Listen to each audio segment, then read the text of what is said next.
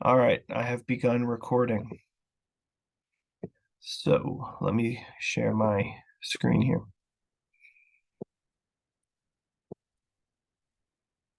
So when last we were together a number of weeks ago, we discussed the Russian Revolution of 1917 and 1918, and we looked at why that event occurred in the midst of the First World War.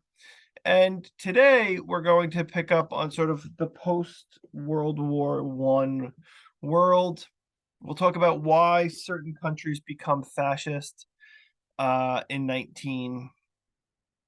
1920s and into the 1930s, which will lead us, obviously, for those of you who sort of know where this story goes, leads us to World War II in 1939, at least in Europe.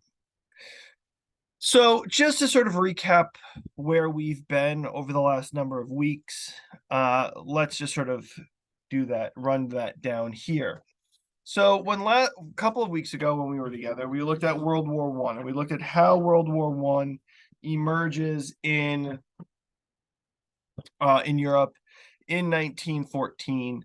And we looked at those long causes. We looked at what caused the war to be as deadly as it ultimately becomes.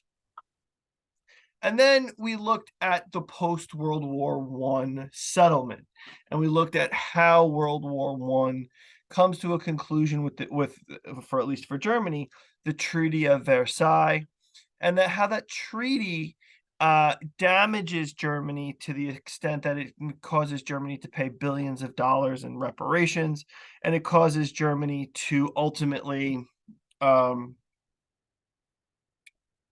um, ultimately become bankrupt, and really the sort of humiliation of that was catastrophic to Germany. And then last time we were together a number of weeks ago, prior to the spring break, we looked at the Russian Revolution, and we looked at how the Russian Revolution starts in 1917 as World War One is going on, and the number of people who are dying in Russia as a result of that. And we looked at the impact that that revolution has in ultimately bringing about the Soviet Union. Today, we sort of bring a lot of those ideas together. We bring together the idea of uh, the emergence of radical ideology that will ultimately bring about the rise of fascism in both Germany and Italy, and will help us push our way to World War II.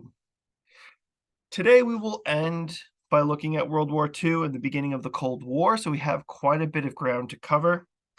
And then we will come back together next week for our final week of class, as tonight is our penultimate week. And next week, we will look at the Cold War and the world and Europe in the sort of post-Cold War era. So we've heard, at least recently, much in the news about the ideas of fascism. Fascism is an idea that periodically in 2024, 2023, and even before that, has come up in the news, right? Calling different political parties fascist. And one of the things I think I also mentioned this when we looked at the Russian Revolution was that, a lot of places are also called socialist, and they are not correctly called socialist. So let's look at some of what makes fascism fascism. First, there is this idea of loyalty to the state, obedience to its single leader, almost this idea that the state and this single person are inextricably linked, right? That this person embodies that which the nation is. And for Italy, right, there is the symbol, the fascio, that emerges as this ultimate symbol, right? This bundle of sticks that sort of becomes synonymous with the idea of the country. This idea of a bundle of sticks coming from the old allegory. that you may be able to break a single stick, but you cannot break the bundle.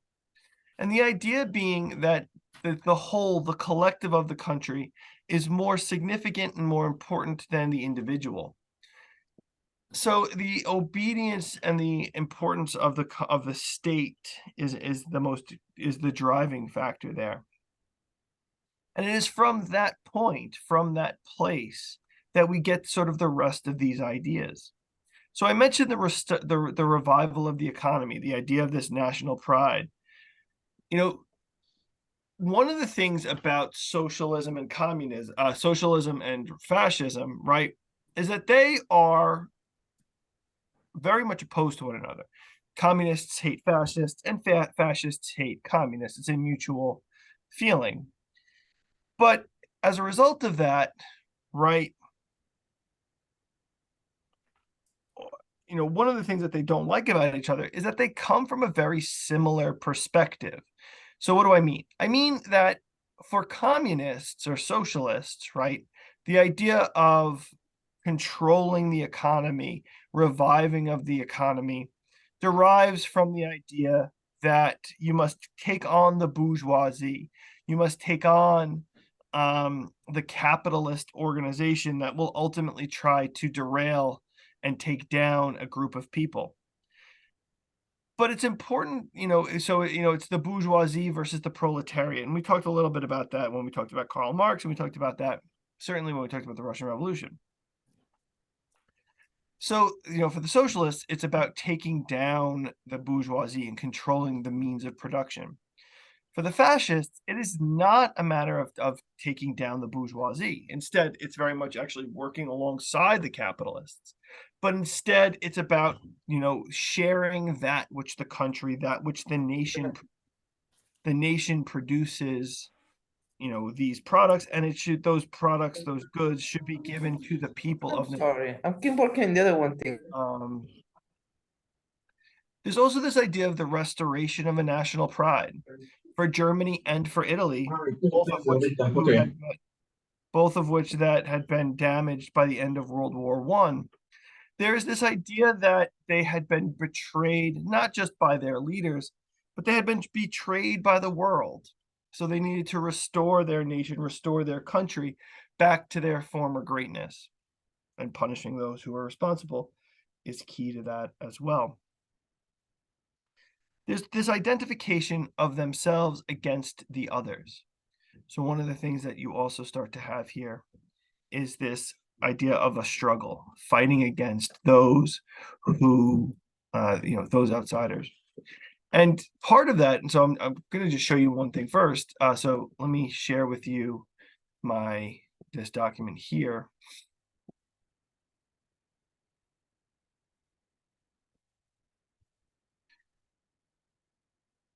So if you look, one of the things here is about what is fascism. Fascism thus repudiates the doctrine of pacifism, born of an enunciation of the struggle and an act of the cowardice in the face of sacrifice. War alone brings up the highest tensions of all human energy and puts the stamp of nobility upon the peoples who have the courage to meet it. Although the trials are substitutes, which never really put men into the position where they have to make the great decisions, the alternative of life or death. So for people like Benito Mussolini, who will ultimately be the leader of the Italian fascist state, Italy is this place that Mussolini, right, is abhorrent to the ideas of democracy. So just as a quick comparison here, when we look at a comparison between socialism or communism and fascism, we talk about these ideas of both being ruled by a dictator.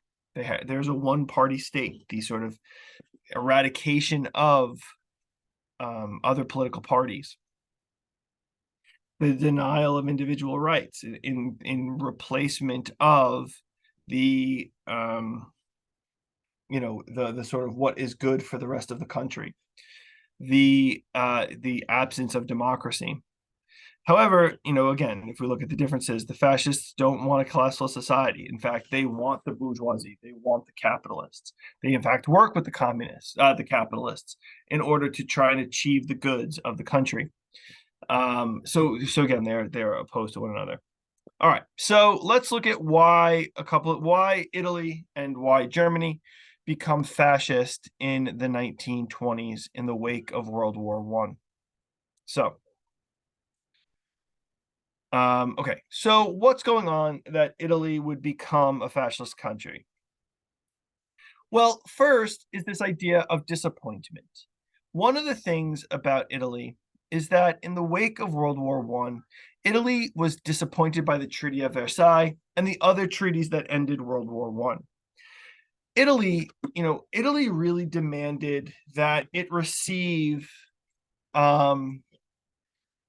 buffer zones, protection from Austria-Hungary and Germany along its northern borders. Italy was afraid that Austria was going to try and come back down and take over the territory that it once possessed, Venetia and others. You will remember, if we are sitting in 1920, we are 50 years removed from the end of Italian unification. So Italy is a very new nation and one that had to be very concerned about its prospects to the north. So Italy wanted protection, and it did not receive that. Like many other parts of the world, Italy was also experiencing a rising inflation and rising unemployment. So why is that the case? Well, when the war is going on, the different countries, throw all of their industry at the war. They throw their industry at producing military goods, guns and tanks and whatever machines are needed for war. But then when war comes to an end, we don't need guns and tanks and bullets and all that. And the same is true for food, right? When a war is going on, we need food to feed our soldiers. But when war is no longer going on, we need less of that food. As a result, there is rising unemployment all over the world. And we are also, for those of you who know the larger historical context, we are also inching much closer to the Great Depression. So the world economic situation is also becoming increasingly fragile. Finally, the last big thing is this fear over rising communism and rising socialism. So we talked about how the Soviet Union was created in 1918, 1917, 1918, and Italians and others are concerned about the rising threat of communism that is going on across the world. So because of that, there's a fertile ground for fascism as an opposition to this.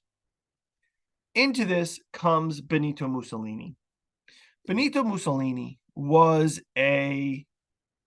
just a fascinating character. He was a journalist, he was a small politician, but he comes to power in he forms a fascist government or fascist party in 1919. And as the political and economic situation in Italy becomes worse and worse, he becomes more and more popular. He is also really sort of a great master of political spin and a great master of political artwork. So one of the things that he does is he sort of embodies this idea of this strong man. So he has videos of him, plastered across Italian news, chopping down a tree with his shirt off and things like that, trying to show sort of this brawniness. And it's one of the things that people start to follow him and start to sort of revere him for. He sort of plays into the fears of these workers' revolts, and he plays into these fears of these sort of communist ideas. So not only is he sort of embodying this sort of masculinity and strength, but he's also embodying this idea of fear over rising workers' concerns. So finally, by the time you get to 1922, Mussolini's political party, the Fascist Party, has become a giant political party. It is no longer an outlier, a small thing. It is now swollen to about 30,000 individuals. These 30,000 individuals begin to coalesce, and they march on Rome. They march on Rome with the goal of getting Mussolini put in power as the leader. Now, they meet with Victor Emmanuel III. You may remember the name Victor Emmanuel. A number of weeks ago, we talked about how Victor Emmanuel became the king of Italy in the wake of Italian unification in 1871. Here, Mussolini is meeting with the grandson of Victor Emmanuel I, Victor Emmanuel III. Now, Victor Emmanuel, just like his grandfather before him, needed to be pragmatic. How was he going to be able to sustain himself in the wake of, if Mussolini really wanted to get rid of the king, what could Victor Emmanuel really do? So he had to play the game with Mussolini. So in 1922, Mussolini is called Il Duce, the leader, and he starts to eradicate other political parties. He forms a secret police to censor the radios and to outlaw strikes and to prohibit other types of organization. But the other piece to this is that he works with industrialists and landlords. One of the things that Mussolini is really strong at is the organization of industry, the organization of business to help him exhibit strength. Italy becomes known, or we start to call Italy a corporatist state. A corporatist state. A corporatist state is a state that uses or works with the industrial powerhouses to produce goods. So it is not as if it's not like a socialist government that takes over industries, with quotas and such, but it's one that works alongside industries to develop goods and produce products. I'll illustrate that a little bit better and clearer when we look at Germany. So Italy is the first fascist country to emerge onto the scene in 1922. And it's the first fascist state to be recognized by the sort of head of state, the king at the time. I think the more famous example of the rising trend of fascism in the 1920s is Germany. So Hitler, Adolf Hitler, who I think most will know, was the fascist leader of Germany, emerges onto the political scene in the 1920s. Now, Hitler was born in Austria, which I think, again, most people know, and he fought in World War I on the side of Germany. So he did not fight for Austria, rather he fought for Germany. And in 1920, Hitler joined the Nazi Party, the Fascist Party of Germany. And his goal there is to try and, again, restore Germany. He is captivated by the message that the Fascist Party, the Nazi Party, is pushing. So again, for those of you who don't know, right, this idea of socialism is within the name of the Nazi Party. The party is called the National Socialist German Workers' Party, which is the Nazi Party. So Hitler is captivated by this idea of restoring Germany. It's at this point that I should point out to you one of the things that made the Nazis so successful, and that was the overwhelming hatred that many people, most people, had towards the Treaty of Versailles. The Treaty of Versailles, signed in June of 1919, which ended the war between Germany and the rest of the world, was a giant embarrassment for the people of Germany. Now, we can argue if Germany was to blame for the war, and that's not necessarily the important part. But for many people in Germany, the treaty that ended the war was the thing that made them follow Hitler. So Hitler, right, is a nationalist. He's a German nationalist who desires to sort of unite these growing groups of Germans, and he's also ambitious to try and make up for the losses that Germany had. And for many people in Germany, so one of the things I've read in the past is this idea that Germany had, many people in Germany didn't care about, didn't hold any grudge towards the British or the French. The war was over. They were happy to have peace. But in the wake of the treaty and the embarrassment and the sort of humiliation that Germany was forced to experience, they couldn't handle it. It was not the, it was not, that was the thing that sort of pushed them over the edge. And I think Hitler, right, is able to and is capable of really pushing that agenda. So it's in the early 1920s that Hitler gains more and more support because he is able to tap into these feelings, these raw feelings of, hatred for France and Britain, but also the hatred for the people who led Germany and were forced to sign these agreements.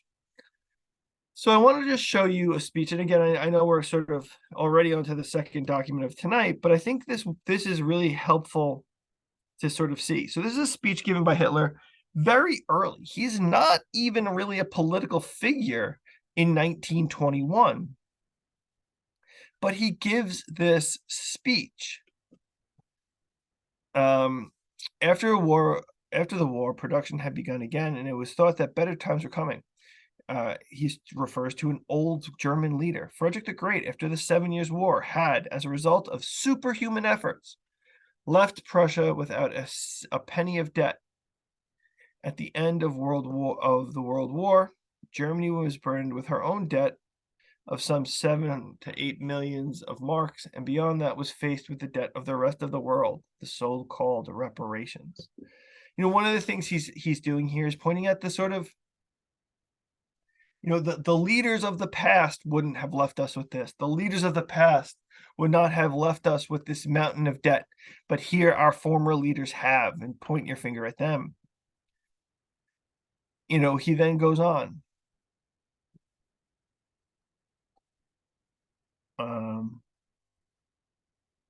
He goes on. He says, where is it? Sorry. Again, this hatred towards the French comes about. He says, someone may say, well, there's an 8-hour workday, and there was a collapse necessary to gain that. And will the 8-hour day be rendered any more secure through our becoming practically the bailiff and the judge of the other peoples? One of these days, France will say, you cannot meet your obligations. You must work more. So this achievement of the revolution is put in the question, first of all, by the revolution, right? This idea that, France is our enemy. France is demanding that we pay these reparations. And one day, France will come to us and say, we must fight, we must work more because we cannot meet these demands. So he lays out his plan. What do we want? We christen it National Socialists. We said to ourselves that to be a national means, above everything, to act with boundless and all-embracing love of the people. So of the people, not of, it's for the German people. And if necessary, even to die for it. And similarly, to be social means to build up the state and the community of the people, that every individual acts in the interest of the community, of the people, and must be to such an extent convinced of the goodness, of the honorable straightforwardness of this community, of the people, as to be ready to die for it. You know, again, this coming back to this devotion to our people. Sorry. So Hitler, is makes this speech in 1921. He is increasing his popularity, and in 1923, in Munich, Hitler tries to overthrow the government. He tries to seize power from the rightfully elected Weimar government. Hitler is arrested after this attempt. He is thrown in prison, and he spends 9 months in prison. While there, Hitler writes the book that will become his famous book, Mein Kampf, My Struggle. In this book, Hitler lays out his ideas of German success. He lays out his idea of this sort of mythological idea of the German race as the Aryan race, the master race. He starts to denigrate and talk about Jews and Slavs and Gypsies as being subhuman and needing to be eradicated. This is sometimes mentioned in this idea of blood purity. I want to just take a minute here, and we'll talk a little bit more about Nazi anti-Semitism in a few moments. But Nazi anti-Semitism, I should point out, right, that, and we mentioned this in the past, that in the past couple of weeks. Yes, I can reshare the document a second. So here's my slides. Sorry. And then here's the other document.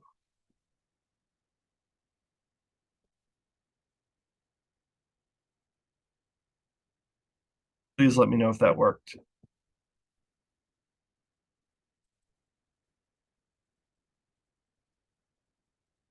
So anti-Semitism was not an uncommon perspective in the 19 teens and 20s. And that was something I've mentioned in the past. But it's also, one of the things that Hitler changes here is this idea of sort of genetic subhuman status.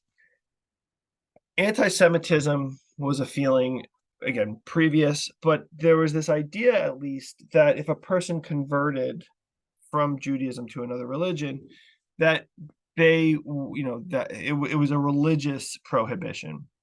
But for Hitler, that had changed and becomes something of a sort of genetic disposition, that no matter what a person did, they could never change who they were. And even at that, it would take, if one of your grandparents was Jewish, that could still lead a person to be labeled in this way. So it was this perspective that, that was different, this sort of genetic makeup, this biological aspect to the racism. And they were used as a scapegoat. Jewish people were used as a scapegoat for Hitler at this time. He harped on frequently, and you saw that in the passage I just read, that the Treaty of Versailles was an abomination. It was something that was meant to strip and hollow out Germany. He finally talks about this idea of Lebensraum. You may have heard this term before, but Lebensraum is the German phrase for living space. Living space, at least to Hitler and the other Nazis, was this idea of gaining space and gaining room for Germany to expand into. Germany was shut down. Germany was locked in. It had its lands taken from it. So as a result, Hitler believed that Germany needed to expand its territory, to open up more land. So to take over the land that had once been that was once theirs but had been taken from them, but also to take over land that was once that where there were ethnic Germans living. So I just want to show you a map for a second, right? You know, in this portion of France, there was a there were so this portion of France on the west was this idea of, you know, that the Rhineland, there were ethnic Germans there. Austria was filled with ethnic Germans. The Sudetenland surrounding Czechoslovakia was a formerly or was filled with ethnic Germans. So for him, for Hitler, it was this idea of gaining back land that was once theirs, but also a process of bringing back ethnic Germans. So Hitler gains more and more prosperity, more and more popularity. And by the time the Great Depression begins, by the time the stock market crash of 1929 starts, and by the time you get to the 1930s, the Nazi Party has become one of the two dominant political parties in Germany, between that and the Communist Party.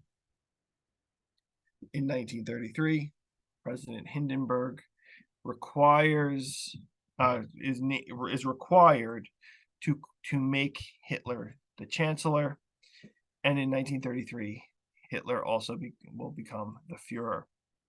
So I'm speeding through his rise here, but it's important for us to see, right, that Hitler had an unsuccessful revolution. He was not successful in overthrowing the government, but rather through political messaging and through political ideology and pointing the finger and scapegoating others, Hitler was able to gain more and more success and more and more political power.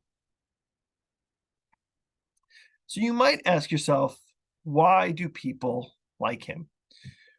You know, if you were living in 1929 or 1930 or earlier or later, why did people find Hitler appealing? Well, so a story from my family's past. So my wife's grandmother, who passed away recently at the age of what was she, 97, was born in Germany in 1926. So she was very young when Hitler came to power, but she was 14 when World War II broke out. So she was very much aware of what was going on. And one of the things that she, you know, her family was from southern Germany, which was not a terribly pro-Nazi area. But she talked about her, so her family was not did not vote for the Nazis. But one of the things that they said was, what she said, is that you know, Hitler made promises and he was pretty successful in keeping those promises. You know, they were poor farmers, and he promised that there would be a pig in their barn and food on their table. And for the most part, at least for her family, that became true. Now, again, they were from southern Germany. They were not they refused to vote for the Nazis, I think, at least as far as I was ever told. But you know, again, it's this idea of promises that were being kept. So one of the things that, you know, again, people were appealed to was this idea of the Nazis constructed factories. They built roads. They were restoring national pride. They built a military that people could join. It was a way to try and show that Germany, excuse me, was not as wounded as it had been before. In 1930, unemployment was at 6 million. By about 1936, the unemployment dropped to 1.5 million. So the Nazi Party was very successful in putting people back to work and restoring this national pride. He was also a charismatic and good orator. He was able to successfully use propaganda to, again, show the strength of and the success of the Nazi Party.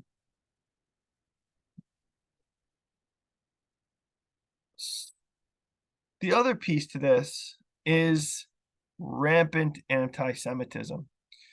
As I said a moment ago, Europe was anti-Semitic in the years prior to World War II. Anti-Semitism was something that that was not uncommon. But what made Hitler's brand, the Nazi brand of anti-Semitism different was this idea of biological anti-Semitism. So there were a series of laws passed in 1933 and other laws that prohibited where German Jews could live, what types of businesses they could operate, what types of marriages that could go on. It restricted every single part of their lives. And for many people in Germany, right, the Jews were seen as a scapegoat, and this was a way for them to continue to be seen as a scapegoat. The sort of major point where the first signs of growing anti-Semitic problems emerges is in November of 1938, when through orchestrated German government policy and programs, the event is called Kristallnacht, the Night of Broken Glass, where thousands of Jews are killed, thousands of German Jewish businesses are destroyed, and you have the first event of what would ultimately become the Holocaust, ultimately see the elimination of 6 million Jews.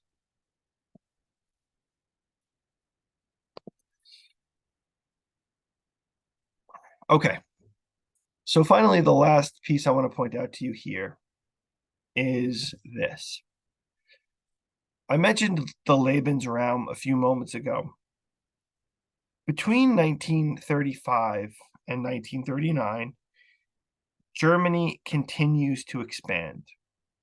And you start to see the emergence of this larger Germany, this Germany that will ultimately bring about World War II. Hitler, because of the embarrassment of Versailles and the taking of territories at the end of World War I, Germany will seek to bring back those old territories that were once part of the larger country and try to reestablish them. So in 1935, Hitler and the Nazis remilitarize and go into an area called the Rhineland, this buffer zone between Germany and France. In 1936, Hitler and the Nazis will create an alliance with Austria. In 1938, they will take this land around Czechoslovakia called the Sudetenland. This is all part of the Lebensraum program, the program to develop that living space. So we'll talk about how this leads us to the beginning of World War II in a few moments. So what I would like to do now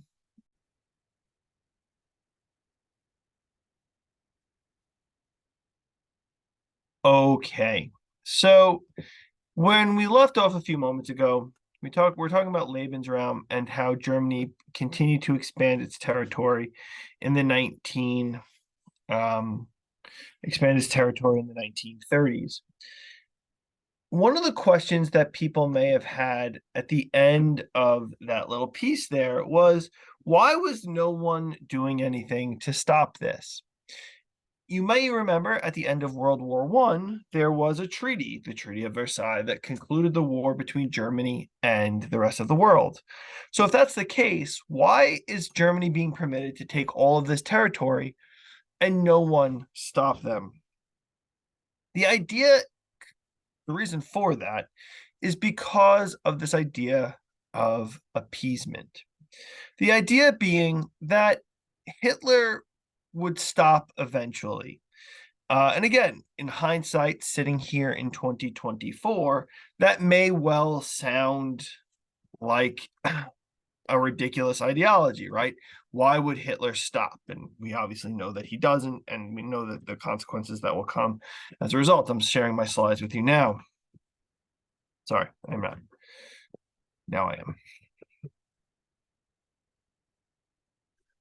am. Again, sitting in 2024, that does seem like a ridiculous idea. However, right, for the people living in 1936 or 37 or certainly 38, that was not a ridiculous idea. Additionally, this is the Great Depression. The Great Depression was well in swing by 1936, 37, 38. So countries were not in a position to fight a war. So the fear over going to war led many of these places to not push back on Hitler. So in 1938, there is a meeting at the city of Munich, which is in southern Germany. And the idea was that Britain and France, led by the guy on the right there, Neville Chamberlain, and France, led by Edouard Daladier, over here, would give Hitler the message: you can keep what you've got, but take no more land. And this meeting happens in September of 1938. It's called the Munich Conference. And the theory here was Hitler would stop taking the land and sort of not go any further. At the same time that this is going on,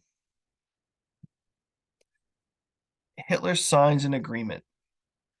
In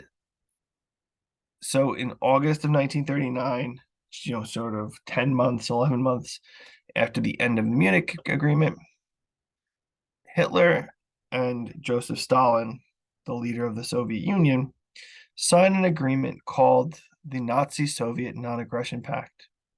And the purpose of this pact, the purpose of this alliance agreement, was that neither side would attack the other.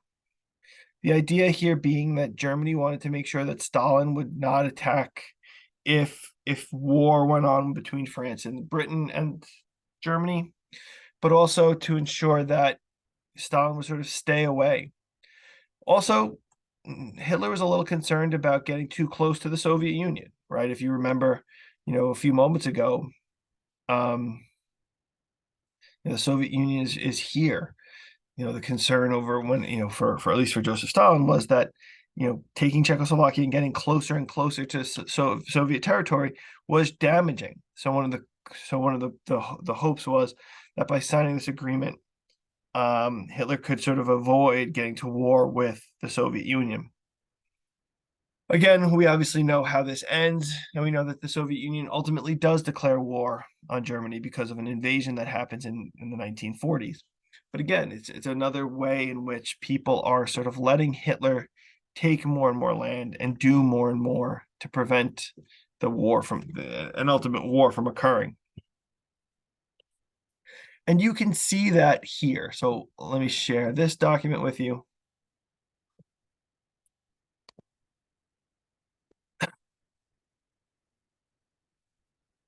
So let me scroll down here. Here it is. Nope. Here it is. So in August of 1939, just as Hitler has signed that Nazi-Soviet non-aggression pact, Hitler has all of his generals at a meeting in the city of Obersalzberg. And at this meeting, he lays out what his plans are. He says, after all, there are three great statesmen in the world: Stalin, I, and Mussolini. Mussolini is the weakest, for he has been able to break the power of neither the crown nor of the church. Stalin and I the only ones who visualize the future. So in a few weeks hence, I shall stretch out my hand to Stalin in the common German-Russian frontier, and with him undertake to redistribute the world. So you can see right at this moment, right, that, that Munich conference meant nothing. We're only 10 months away from that. And Hitler is talking about redistributing the world and taking over as much land as possible. Going on, he says, sorry, I have given the command, and I shall shoot everyone who utters one word of criticism. For the goal to be obtained in the war is not that of reaching certain lines, but of physically demolishing the opponent. And so, for the present, only in the East, I have put my death head formations in place and command relentlessly and without compassion to send into death many women and children of Polish origin and language. Only thus we can gain the living space, the Lebensraum we need. Again, coming back to this idea of that living space, the land that he needed to sort of preserve the Germans. Poland will be depopulated and settled with Germans. My pact with the Poles was merely conceived as of gaining time. As for the rest, gentlemen, the fate of Russia will be exactly the same as I am now going through with all the case of Poland. After Stalin's death, he's a very sick man. We will break the Soviet Union. Then there will begin the dawn of the German rule of the earth. You can see, right, this message that he is perpetrating here, this idea that, that the Germans, and his plan is to take over as much land as possible. He is going to make this alliance with Stalin and then break that alliance later on. The goal here is to take as much land as possible. So this speech is given in August of 1939. A few days later, on September 1st, 1939, Hitler marches into a territory called the Polish Corridor. So this land here was land that had been taken back from Germany at the end of World War I, and Hitler wanted it returned to Germany as its rightful possession. This is also the land that Stalin so desperately wanted as well, because it would give them more territory moving closer into the North Sea.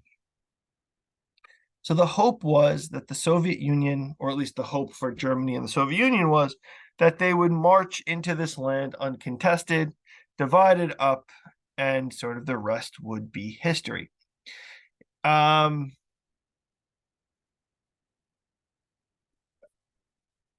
Finally, Britain and France respond. And this invasion occurs on September 1st, 1939. Within a number of days, war is declared between Britain, France, and Germany, and Italy, its ally. And World War II, at least in Europe, had officially begun.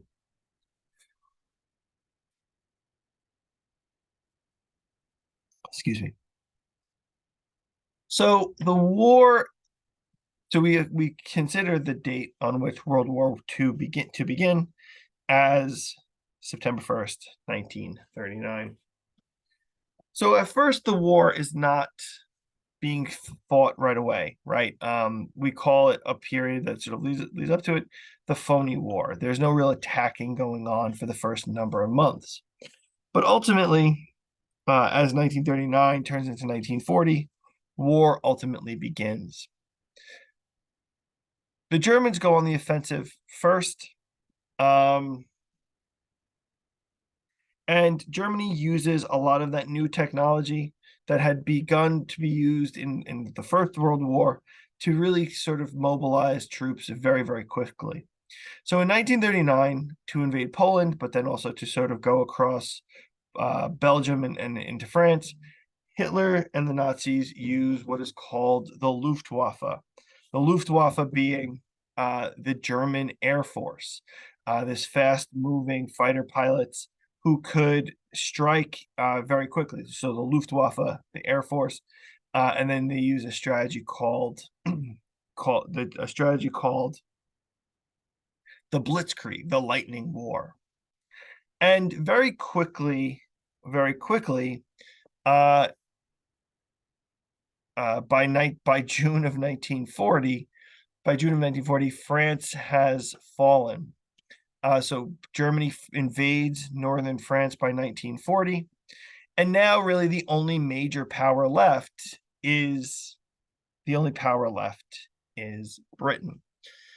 So Germany perpetrates air force air strikes on parts of Britain. So you have the attacks on London, where London is bombed for 50 plus nights of the summer. You have the so that's London itself, but then you also have industrial parts of Britain being attacked. So just to talk about another example from my family's past, this time not in Germany, but in Britain. So my family in Scotland is from an industrial area outside of Edinburgh, and their town was not specifically bombed, but a town a number of miles over was attacked in the summer of 1940 because of its industrial output. So the Germans are attacking Britain sort of up and down the island, trying to knock out the British. It's important for us to be aware this is called the Battle for Britain, right? It's important for us to be aware that Germany was pretty close to knocking Britain out of the war. There were intense negotiations that were going on between the then Prime Minister of Great Britain, of the United Kingdom, Winston Churchill, and Adolf Hitler. Right, there was at least initially some sort of plans to bring some sort of conclusion to the war if the United States and others would not get involved. That all changes in 1941. Germany invades Russia in a blatant disregard for the non-aggression pact that had been signed. Hitler's army invades the Soviet Union, and this brings the Soviet Union into World War II. Now, Hitler believed that he was going to be able to use the Luftwaffe and use the Luftwaffe and the Blitzkrieg to knock the Soviet Union out quickly. Obviously, that was not successful. And the only thing that this does is it brings the huge Russian government, the huge Russian army into the war effort. And that was a miscalculation on Hitler's part. We haven't talked about this yet, but it's important for us to also be aware that the war is going on in Asia. So I just want to take a moment or two here to talk about the Asian portions of this war. So we haven't done much to talk about this in the recent couple of weeks, but let me just bring it up now. I've mentioned in the past that Japan becomes industrialized at the end of the 19th century. So after 1868, Japan becomes an industrialized nation, and Japan becomes, through something called the Meiji Restoration, Japan becomes an industrialized competitor to the rest of the world. So starting after 1868, Japan starts to take over lands in northeastern China, Manchuria and Korea and other parts, and contest itself with parts of the world like Russia, because Russia and Japan will fight over these territories. And we talked about that last time as one of the causes of the Russian Revolution. Japan is also taking over more and more territory in the Pacific Islands. So you can see here that by 1942, Japan controls the Philippines and many of the islands north of Australia, Papua New Guinea, and other parts of the world. And then moving east into the Pacific Ocean, Japan will take over the Marshall Islands and Guam and other parts, getting very close to the American possession at Hawaii. Not a state yet. As a result, the United States starts to demand the end of this sort of eastward expansion, And the United States begins to push back much of Japan's attempted expansionism. This is one of the things that will lead to war between Japan and the United States. This sort of attempt to stop Japanese expansion. So if you will indulge me for a second. Here it is. So in a speech, in a speech given by Nagai Raotora, the Japanese foreign minister, he specifically points this out to President Franklin Delano Roosevelt. So he says, the total land area of the Earth is estimated at approximately 50 million square miles, of which some 30 million square miles, or 3/5, is in the hands of only four great powers, namely Britain, France, the Soviet Union, and the United States. Moreover, these four great powers, following the unsuccessful World Economic Conference of 1932, have veered in the direction of closed economies, closing their doors to the outside immigration and raising high tariff walls. America has been very deeply concerned with Japanese activity in Asia, but seems to overlook the fact that Japan has had to follow her present policies for a number of reasons, among which not the least important is America's closed door to Asiatic immigration. So what I hope you see here, is that this Japanese foreign minister is pointing out a hypocrisy here, that the United States, Britain, France, and the Soviet Union control tremendous amounts of territory, but they are not permitting Japan and other countries from also expanding their territory. So the hypocrisy here is apparent. So you have the emergence of these fights, and in 1941, Japan attacks the United States at Pearl Harbor, which will ultimately lead the United States to declare war on Japan in December of 1941, and will ultimately push the United States to involvement in the war by 1942. So I don't want to spend too much time going over battles and specific fights, but rather I want to point out sort of the major impact of World War II. So the war is important because it uses much of that new technology that had been developed in World War I to bring about massive amounts of debt. The Blitzkrieg, the Luftwaffe, the fire bombing, and others helps to bring about a war that is very devastating. In Japan, or I should say in China, as a result of Japanese aggression, there is an event called the Rape of Nanjing. The Rape of Nanjing is an event that sees thousands of Chinese people killed at the hands of Japan. And now I should point out to you that this event, right, is some, and the events and many of the things that the Japanese government perpetrates on the people of Asia is sometimes called an Asian Holocaust. It's an event where you have thousands, millions of people dying. For the first time in world history, right, there is the systematic attempt to eradicate a race based on purely their religion. And again, this is the first time in history that a word has to be created for it. The word genocide was created as a result of this. So from beginning around 1942, the Holocaust is the systematic and scientific, the use of science and technology to kill and try to remove Jews from Europe. Ultimately, about 6 million Jewish people are killed throughout Europe, and about 6 million other people as well. So 6 million other people with disabilities, people with Roman Catholics, homosexuals, in some cases, people from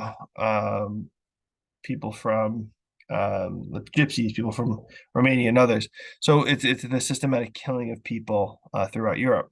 These two events, along with the fighting of the war, ultimately leads to the death of about 60 million people. It is a truly devastating world war that sees the ultimate destruction of Europe all over again, parts of Asia all over again, and again, the death of millions. So a couple of big important events, right? And sort of aside from the Holocaust and aside from the rape of Nanjing and other events, right? You have the German invasion of the Soviet Union, which I've already mentioned. You have the U.S. entering the war. You have the U.S. entering the war in 1941 with the declaration and fighting in 1942. But then we also have some other big events to occur as well. Starting in 1942, you have the United States trying to bump Japan out of its Pacific possessions, right? By 1942, Japan controls huge amounts of islands in the Pacific. And in order to try and push back the Japanese from these territories, the United States uses a strategy called island hopping, essentially, as the name suggests, going from island to island, trying to push Japan out of each. It's a long process, it's a dangerous process, and it's a deadly process. But again, this is the strategy. Jumping ahead, in August of 1945, so 3 years later, the United States will use two atomic bombs to try and get Japan out of the war at Hiroshima and Nagasaki in August of 1945. And the purpose here, again, is to try and get Japan out of the war because island hopping had become so dangerous. Going back for a second, in Europe, which is, again, because this is a European history class we want to focus on, in June of 1944, the 80th anniversary of which is coming up, you have the Operation Overlord, D-Day. Now, D-Day is an all-out amphibious attack on the beaches of Normandy with the expressed goal of trying to push Germany back to its boundaries. So this invasion in June of 1944 takes place, and over the next, so from June until April 45, you have the Allied powers, Britain, France, and the United States. So Britain, France, and the United States pushing from west to east, while the Soviet Union pushes from east to west. And ultimately, by the late winter, early spring of 1945, Germany is being pushed back to its natural boundaries, and Germany will ultimately surrender on May 8th, 1945. Japan will surrender in August of 1945. So this desire for land, this desire for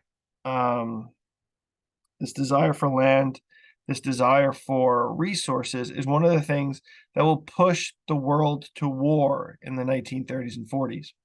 And one of the arguments and one of the things that we can often talk about World War II as is a war for resources. People needing food, people needing land, people needing access to goods. And that's one of the things that pushes all of these places to war in the 1930s. So I want to just again pull our attention here just to one thing about sort of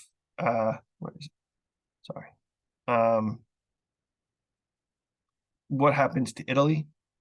So Italy, where is it? So Italy, right, is an ally of Germany early on in the war. But by 1943, Italy is coming under increased attack from the outside, from Britain and from France and from the United States. And the other piece to that is that Benito Mussolini was losing support from the people of Italy, where Hitler was gaining popularity in many respects. Mussolini was not. So Winston Churchill plans an attack to invade Sicily and march their way up the peninsula of Italy to try and get to knock them out of the war. And ultimately, King Victor Emmanuel III, the person who had put Mussolini in power in 1922, calls for the arrest of Mussolini. He's ultimately shot and beaten in the streets of Rome. But then his second in command, Badoglio, winds up negotiating with the Allies. So Italy is knocked out of the war in 1943. So you have all of these events happening relatively quickly. I mean, even though World War II was a 6-year war from 1939 to 1945, once you get to 1943, you start to see the cracks of the war beginning, right? You have the Italy coming out of the war. You have D-Day beginning to push the Germans back, and then by April, May of 1945, you start to have the end of the war.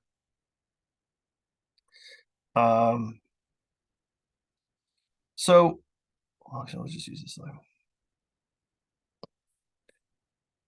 So we'll talk about the Cold War a bit more next week, but I want to point out some pieces here about the Cold War and the end of World War II. So unlike World War I, unlike World War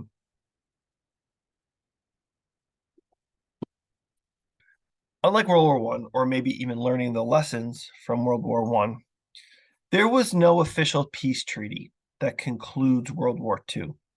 There's no punishments that are put on to places like Germany and Italy in the way that there was after World War I. So World War II, right? Again, learning its lesson from the end of World War I, the Allied powers are not looking to punish the people of these places.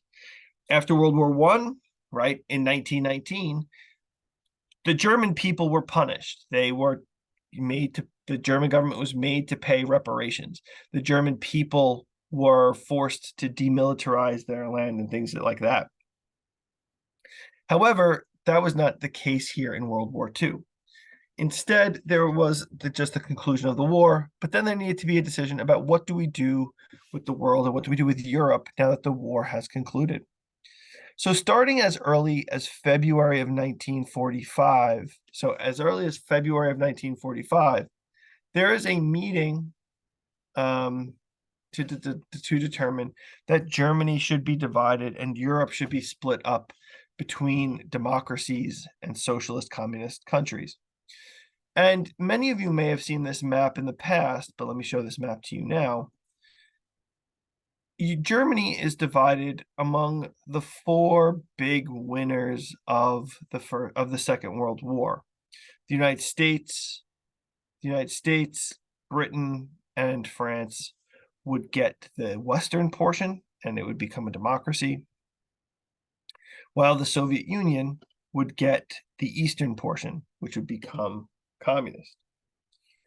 The division of Germany in this way, right, guarantees that it guarantees that the alliance that had existed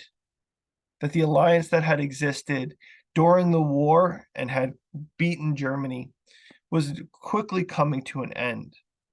So one of the things that I often point out and I argue is that the Cold War begins here in the end of World War II. Now that's not a novel opinion, right? But I say, so some people say that the Cold War begins in 1950, where you have the beginning of the Korean War, or you have other things, other hot engagements. But I argue that it starts here in 1945.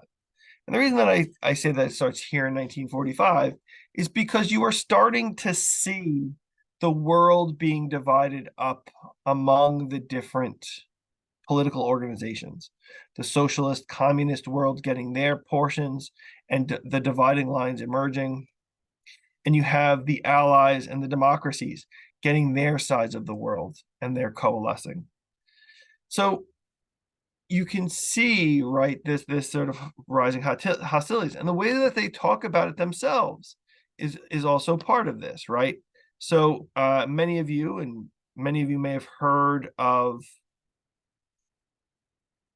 the Iron Curtain before, this term, the Iron Curtain, in the past. The Iron Curtain, right, is this metaphor that Winston Churchill uses to describe the relationship between the West and the Soviet world. You know, he says that the United States stands at this time at the pinnacle of world power. It is a solemn moment for the American democracy. For with this primacy and power, it also is drawn in an awe-inspiring accountability for the future. As you look around you, you must feel not only the sense of duty, but also you must feel an anxiety lest you fall below the level of achievement. Again, you know, this speech that he's saying, you know, the Americans must sort of meet this moment. They must meet this engagement. From Stettin in the Baltic to Trieste in the Adriatic, an Iron Curtain has descended across the continent. Behind it lie the capitals of ancient states of Central and Eastern Europe: Warsaw, Berlin, Prague, Vienna, Budapest, Belgrade, Bucharest, and Sofia. All these famous cities and populations around them lie in what I must call the Soviet sphere. Again, this idea of the dividing line being set up and this concern emerging. So in 1946, that this is being said, right? That this is 1946. This is not very close to, this is not what are we, 10 months, 11 months from the end of World War II, the fighting at least. And we're talking about the sort of hostility between these two sides. We'll talk more about this next week, but this is really the idea that, we have to fear communism spreading. We have to fear the sort of threat to democracy that communism is. And as part of that, it's not just the sort of protection and division up of Germany and protecting, the Western Germany, but it's also Japan. The United States will occupy Japan from 1945 until 1952. The leader of the country, Hideki Tojo, will be hanged. Japan is demilitarized. Japan is demilitarized. The United States will force upon it democratization. The United States will be there for these 7 years to try and, again, ensure that Japan does not become a communist country because of its proximity to other communist countries. The United Nations will be established. The United Nations will operate as a forum to try and prevent the spread of communism or at least to preserve peace. That being said, the Soviet Union and China will both become members of the United Nations. As a sign, once again, of the sort of military separations and the military hostilities that will emerge between these two countries, they will form competing alliance groups. For the United States and its allies, it will form NATO, the North Atlantic Treaty Organization. This organization will be 13 countries that will NATO. So that the purpose of NATO is to be a protective alliance. So that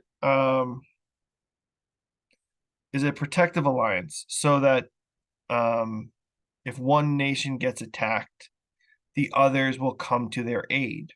And these 13 nations, at least at first, encompass the ones that you might expect: the United States and Canada, Mexico, Britain, Portugal, France, Western Germany.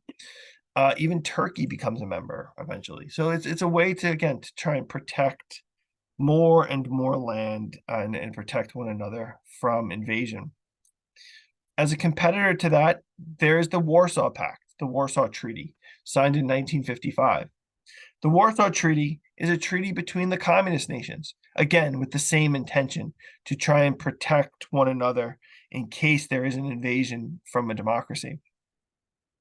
So once again, you have the coalescing around each other and the creation of these alliances to protect from the other form or the other ideology.